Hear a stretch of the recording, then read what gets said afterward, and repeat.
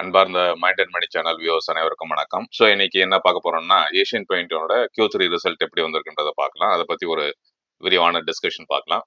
So Asian பெயிண்டை பொறுத்த வரைக்கும் பார்த்தீங்கன்னா அவங்க வந்து 1942லேருந்து இந்த கம்பெனி ரன் ஆகிட்டு இருக்கு. இது ஒரு பெரிய பெயிண்ட் இண்டஸ்ட்ரியில இவங்க வந்து டாப் லீடர்ஸ். ஆல்மோஸ்ட் பார்த்தீங்கன்னா 50% கிட்ட மார்க்கெட் ஷேர் வச்சிருக்க கம்பெனி இது. இவங்கள்ட்ட பார்த்தீங்கன்னா ஹோம் டெக்கரும் அவங்க வந்து பண்ணிட்டு இருக்காங்க. அதாவது இன்டகிரேட்டட் ஹோம் டெக்கர்ல இவங்க வந்து நம்பர் ஒன், இந்தியாவில் நம்பர் ஒன் இவங்க. அதே மாதிரி பார்த்தீங்கன்னா number one in wall covering டெக்ஸ்சர்ஸ்லையும் இவங்க நம்பர் ஒன்னு.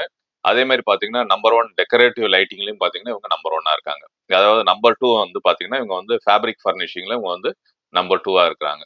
ஸோ இது பார்த்தீங்கன்னா பெயிண்ட் கம்பெனி மட்டும் கிடையாது. ஸோ இவங்க வந்து ஆல்மோஸ்ட் வந்து ஒரு ஹோம் டெக்கர், அதாவது ஹோம்ல வந்து modular kitchen hardwares component, bath fittings and sanitary ware, fabric and furnishing, wardrobes and vanities, furnitures, wall coverings, decorative lightings, rugs, UPVC windows and doors. So பார்த்தீங்கன்னா இப்போ இவ்வளோ ஏஷியன் பெயிண்டை பொறுத்த வரைக்கும் நமக்கு தெரிஞ்சது என்னன்னா பெயிண்ட் அப்படின்ட்டு. பட் ஆனால் இவங்கள்ட்ட இவ்வளோ இதுலயும் வந்து இவங்க ஹோம் டெக்கர் இதுலயும் வந்து பண்ணிட்டு இருக்காங்க. இவங்கள்ட்ட பார்த்தீங்கன்னா ஆல்மோஸ்ட் 64 ஹோம் ஸ்டோர்ஸ் வந்து கிரியேட் பண்ணிருக்காங்க. One stop home decker destination. அதாவது அந்த ஸ்டோர்ல போயிட்டீங்கன்னா ஒரு அந்த ஸ்டோர்ல இருந்து உங்களுக்கு எல்லா விதமான இதுவும் வந்து பார்க்க முடியும். ஸோ அதை தான் பார்க்கலாம். நெக்ஸ்ட் இது அந்த ஹோம் டெக்கர்ல பார்த்தீங்கன்னா மும்பைல வந்து பார்த்தீங்கன்னா ஆல்மோஸ்ட் ஒரு 14,000 ஸ்கொயர் ஃபீட்ல வந்து ஒன்று ஓப்பன் பண்ணி வச்சிருக்காங்க. ஸோ அந்த ஹோம் டெக்கர் சொல்யூஷன் அங்கே போயிட்டோம்னா உங்களுக்கு எல்லாமே அதாவது ஃபர்னிச்சர் முதற்கொண்டு எல்லா சொல்யூஷனும் ஒரே இதில் கிடைக்கிற மாதிரி அவங்க கிரியேட் பண்ணி வச்சிருக்காங்க. அதே மாதிரி பார்த்தீங்கன்னா சூரத்லயும் ஆல்மோஸ்ட் ஒரு 13,000 ஸ்கொயர் ஃபீட்ல லான்ச் பண்ணியிருக்காங்க. ஸோ இந்த போட்டோகிராஃபை பார்த்தாவே தெரியும் அவங்க ஹோம் டெக்கர் எப்படி ப்ரொமோட் பண்ணிட்டு இருக்காங்க அப்படின்னு சொல்லிட்டு. அடுத்தது வந்து பாத்தீங்கன்னா இவங்களோட ஹோம் டெக்கர் பிசினஸ்ல இருந்து எப்படி ப்ராஃபிட்டபிலிட்டி Q3 கொண்டு வந்திருக்காங்க அப்படின்னு பார்க்கலாம். பாத்தீங்கன்னா கிச்சன் அண்ட் பாத்ல வந்து ஒரு 3% குவார்டர் ஆன் குவார்டர் பேசிஸ்ல 3%, 9 மந்த்ஸை பொறுத்த வரைக்கும் 5%. ஸோ இதுல வந்து பாத்தீங்கன்னா இந்த ப்ளூ கலர், லைட் ப்ளூ கலருக்கு வந்து 9 மந்த்ஸ், இது வந்து பாத்தீங்கன்னா குவார்டர் ஆன் குவார்டர் பேஸ் 3%. அதே இது பாத் ரெவென்யூ பொறுத்த வரைக்கும் பாத்தீங்கன்னா இதுல 88 3% இன்க்ரீஸ் ஆயிருக்கு அப்படின்னு சொல்றாங்க. ஒயிட் டீக் வெதர் சீல்ல பொறுத்த வரைக்கும் 26 -23 இருக்கு. அதே மாதிரி வெதர் சீல் ரெவென்யூவை பொறுத்த வரைக்கும் பாத்தீங்கன்னா உங்களுக்கு -14%. ஸோ இதுல வந்து பாத்தீங்கன்னா இதுல கொஞ்சம் டிராப்ல தான் இருக்கு. கிச்சனுடைய பிபிடி பாத்தீங்கன்னா ஆல்மோஸ்ட் ஒரு 5 crores லாஸ் ஆயிருக்குன்றாங்க. But quarter versus break even ஆயிருக்கு அப்படின்னு சொல்றாங்க லாஸ்ட் இயரை கம்பேர் பண்ணும்போது. பாத்தை பொறுத்த வரைக்கும் பிபிடி லாஸ் இருக்கு, 7 crores கிட்ட லாஸ் பண்ணிருக்கேன் அப்படின்னு சொல்றாங்க. வெதர் சீல் சேல்ஸ் வந்து impacted by BS challenges as well அப்படின்னு சொல்றாங்க. அதாவது பாத்தீங்கன்னா இன்னொன்னு பாத்தீங்கன்னா இந்த இதுக்கெல்லாம் வந்து கன்சம்ஷன் அண்ட் அர்பன் மார்க்கெட் இதெல்லாம் பாத்தீங்கன்னா மெயினா அர்பன்ல தான் பண்ணுவாங்க இந்த ஹோம் டெக்கர் இதெல்லாம். ஸோ அதை நான் பாத்தீங்கன்னா கன்சம்ஷன் வந்து வீக்கா இருக்கிறதால அர்பன்ல இவங்களுடைய பிசினஸ் கொஞ்சம் ஸ்லோவா இருந்தது. அதுக்கப்புறம் பாத்தீங்கன்னா இவங்கள்ட்ட இன்டர்நேஷனல் பிசினஸ் வச்சிருக்காங்க. பல கண்ட்ரீஸ்ல வந்து இவங்க பிசினஸ் பண்ணிட்டு இருக்காங்க. ஸோ அதனால பார்ப்போம். இன்டர்நேஷனல் பிசினஸை பொறுத்த வரைக்கும் overall global business Asian paint வந்து 5% இன்க்ரீஸ் ஆயிருக்கு. ஆப்பிரிக்காவில் -28%, மிடில் ஈஸ்ட்ல வந்து 20% அப்லையும், ஏஷியாவில் வந்து 18%, சவுத் பசிபிக்ல வந்து -11%. ஸோ இது பேசிக்கா என்னன்னு பார்த்தீங்கன்னா இவங்களுக்கு வந்து Q3 growth வந்து பார்த்தீங்கன்னா இன் டர்ம்ஸ் ஆஃப் ஐஎன்ஆர், அதாவது ருப்பியில பார்த்தீங்கன்னா 5%, அதாவது 17.1% வந்து கான்ஸ்டன்ட் கரன்சி டேர்ம்ஸ்ல பொறுத்த வரைக்கும் 17.1% இவங்களுக்கு வந்து குரோத்ல இருக்கு. ஸோ ஆப்பிரிக்கா மார்க்கெட் வந்து பாத்தீங்கன்னா அவங்களுடைய கரன்சி டிவேல்யூஷனால எகிப்து, எத்தோப்பியால டிவேல்யூஷன் இது வந்து கொஞ்சம் கீழே இருந்தது. மிடில் ஈஸ்ட்டை பொறுத்த வரைக்கும் ஸ்ட்ராங் டபுள் டிஜிட் growth கொடுத்துருக்காங்க. எஸ்பெஷலி பாத்தீங்கன்னா யுஏஇ வந்து அவங்களுக்கு ஒரு க்ரோயிங் மார்க்கெட்டா இருக்கு. அதே மாதிரி ஏஷியன் மார்க்கெட்டும் ஒரு நல்லா பண்ணியிருக்காங்க. பட் அதுல பாத்தீங்கன்னா ஸ்ரீலங்கா, பங்களாதேஷ்ல கொஞ்சம் இஷ்யூஸ் இருந்தது எல்லாருக்கும் தெரியும். ஸோ அதுல மேக்ரோ மேக்ரோ எக்கனாமிக் கண்டிஷன் கொஞ்சம் ஸ்டெபிலைஸ் ஆனதுக்கு அப்புறம் அது பூஸ்ட் ஆகும் அப்படின்னு சொல்றாங்க. ஸோ ஓவராலா பாத்தீங்கன்னா உங்களோட ப்ராஃபிட்டபிலிட்டி வந்து ரெக்கவரியின் கீ ஏஷியன் ஜியோகிராஃபிஸ்ல வந்து ரெக்கவரி ஆகுது அப்படின்னு சொல்றாங்க. அது இல்லாம உங்கள்கிட்ட இண்டஸ்ட்ரியல் பிசினஸும் இருக்கு. அதுல பாத்தீங்கன்னா இண்டஸ்ட்ரியல் பிசினஸ் பொறுத்த வரைக்கும் 6% ரெவன்யூ குரோத்தும், பிபிடி வந்து 5% குரோத்ல இருக்கு. அது இல்லாம இவங்கள்ட்ட வந்து இன்னொரு பார்ட்னர்ஷிப் கம்பெனியும் இருக்கு. அதை பாத்தீங்கன்னா அதுல வந்து ரெவன்யூ ஃபிளாட் ஆகும், பிபிடி வந்து -27ல இருந்திருக்கு. ஸோ இவங்களுக்கு ஆட்டோ செக்மெண்ட்ல பாத்தீங்கன்னா பேசிக்கா broad based growth in general industries and refinish செக்மெண்ட்ல வந்து நல்லா பண்ணிட்டு இருக்காங்க. ஸ்ட்ராங் ப்ராஃபிட் growth இருக்கு. பிபிடி மார்ஜின் வந்து பாத்தீங்கன்னா இதுல 22.1% குவார்டர் ஆன் குவார்டர் பேசிஸ்ல பண்ணிருக்காங்க. ஸோ ஓவரால் சம்மரியை பார்த்தோம்னா இவங்களுடைய நெட் சேல்ல வந்து -6% டவுன் ஆயிருக்கு. கிராஸ் மார்ஜின் பாத்தீங்கன்னா -9%, பிபிஐடி பார்த்தீங்கன்னா -20%, பிபிடி பார்த்தீங்கன்னா -23%, பேட் பார்த்தீங்கன்னா -24%. நெட் சேல் அதே இது வந்து பார்த்தீங்கன்னா நெட் சேல்ல பார்த்தீங்கன்னா 9 மந்த்ஸ், இது வந்து 9 மந்த்ஸ்ல. ஸோ 9 மந்த்ஸ்ல பார்த்தீங்கன்னா -5%, gross margin -8%, PBIT 22% minus, PBT -26%, PAT வந்து -30% 9 மந்த்ஸ் இதில் இருக்கு. ஸோ பேசிக்காக பார்த்தீங்கன்னா இது என்ன இண்டிகேட் பண்ணுதுன்னு பார்த்தீங்கன்னா urban market and rural market. இன்னைக்கு வந்து பெயிண்ட் எப்பவுமே நார்மலாக எப்போ பண்ணுவோம், வீட்டுக்கு பெயிண்ட் பண்ணணும் போது கையில் கொஞ்சம் சர்ப்ளஸ் ஃபண்ட் இருக்கும்போது தான் பெயிண்ட் பண்ணலாம், இல்லைன்னா வீடை வந்து டெக்கரேட்டிவ் பண்ணணும் அப்படின்றது யோசனை வரும். ஸோ இதனால வந்து பார்த்தீங்கன்னா பேசிக்காக எக்கனாமிக்கில் அர்பன்லயும் சரி ரூரல்லையும் சரி கையில பணம் இல்லை. அதனாலதான் வந்து இந்த மாதிரி கம்பெனிங்க வந்து அடி வாங்குறதுக்கான காரணம். இது பாத்தீங்கன்னா உங்களுக்கு ஓவராலா நெட் சேல் வந்து 6.1% டிக்ளைனா இருக்கு. அதுக்கு வந்து subdued growth in domestic decorative segment. அதே மாதிரி ரிலேட்டிவ் பெட்டர் பர்ஃபார்மன்ஸ் இண்டஸ்ட்ரியல் செக்மெண்ட்லயும் இன்டர்நேஷனலி கொஞ்சம் பெட்டரா பண்ணியிருக்காங்க கம்பேர்ட் டு டொமஸ்டிக்கை பொறுத்த வரைக்கும். ஸோ இதுதான் வந்து பேசிக்கலா கிராஸ் மார்ஜினும் பாத்தீங்கன்னா ஆல்மோஸ்ட் 42.3. அதாவது Q3 கம்பேர் பண்ணும்போது இவங்களுக்கு 115 பேசிஸ் பாயிண்ட் வந்து டிக்ளைனா இருக்கு over Q3 last year. So PBIT பாத்தீங்கன்னா 19.2. ஸோ அதுல பாத்தீங்கன்னா 350 basis point lower than the Q3 last year due to operative deleverage அப்படின்னு சொல்லியிருக்காங்க. ஸோ 9 மந்த்ஸை பொறுத்த வரைக்கும் நெட் சேல்ஸ் வந்து ஆல்மோஸ்ட் 4.5% டிக்ளைனா இருக்கு. கிராஸ் மார்ஜினும் பார்த்தீங்கன்னா 135 பேசிஸ் பாயிண்ட் வந்து லாஸ்ட் இயர்ஸ் பார்க்கலாம். இப்போ இந்த Q4 வந்து இந்த 12 lakhs வந்து எக்ஸம்ஷன்லாம் கொடுத்த ரிபேட் கொடுத்ததால ஏதாவது மார்க்கெட்ல ரிவைவ் ஆகுதா, கன்சம்ஷன் ரிவைவ் ஆகுதா என்னன்னு பார்க்கலாம்.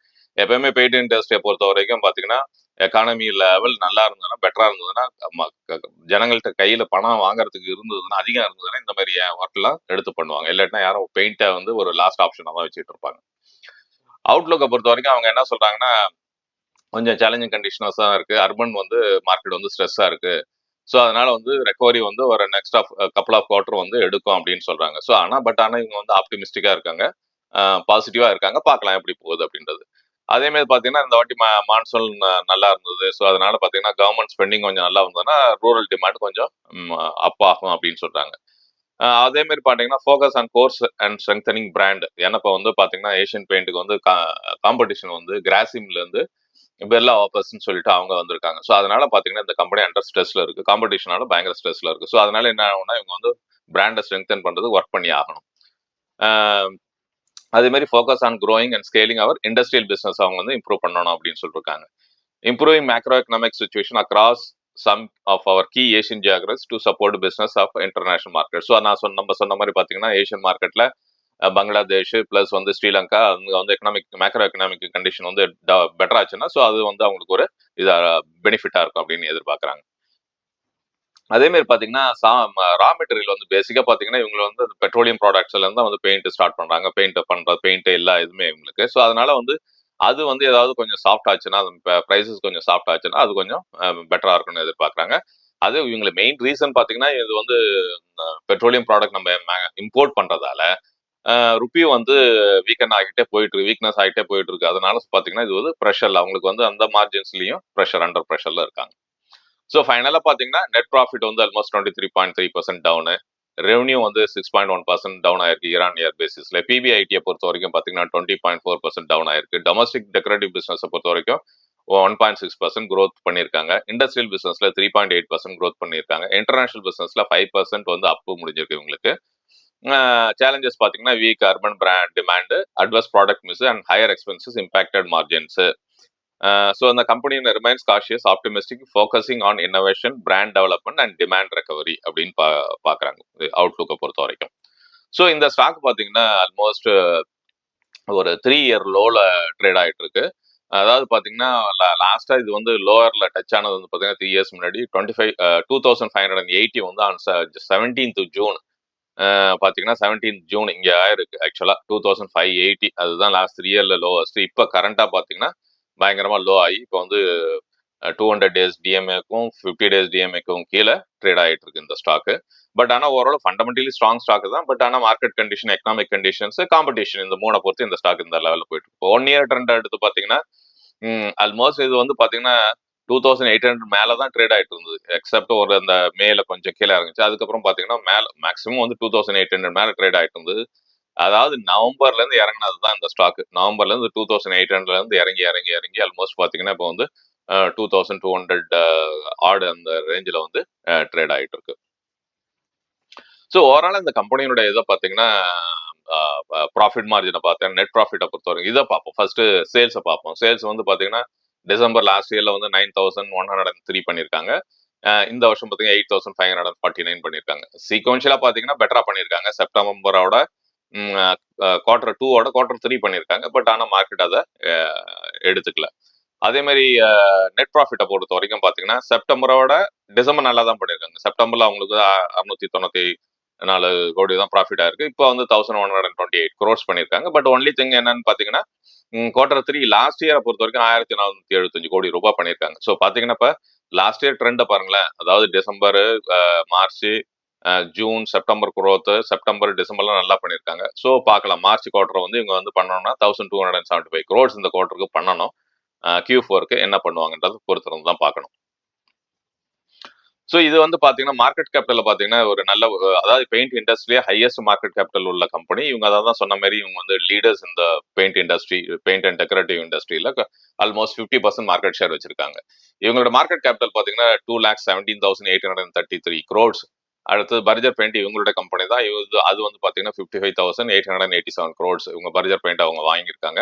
ஸோ மற்ற கம்பெனியெல்லாம் பார்த்தீங்கன்னா எல்லாம் வந்து ஸ்மால் கம்பெனி தான். பட் என்னன்னா இந்த இண்டிகோ பெயிண்ட்ஸ் இந்த மாதிரி இதெல்லாம் நிறைய லேட்டஸ்டா வந்து என்ட்ரண்ட் ஆனதுல, அதே மாதிரி பாத்தீங்கன்னா பிர்லா ஆப்பர்ஸ்ன்னு சொல்லிட்டு ஆதித்ய பிர்லா குரூப்ல இருந்து அவங்க வந்து டெக்கரேட்டிவ் அண்ட் பெயிண்ட் இண்டஸ்ட்ரியில இந்த 2024ல தான் அண்டர் கிராசிம் இண்டஸ்ட்ரீஸ்க்கு கீழே வந்து இவங்க கொண்டு வந்திருக்காங்க. ஸோ இவங்க வந்து கொடுத்த ப்ரெஷரும் ஒரு சைடு வந்து பாத்தீங்கன்னா மார்க்கெட் வந்து ஸ்லோவா இருக்கு.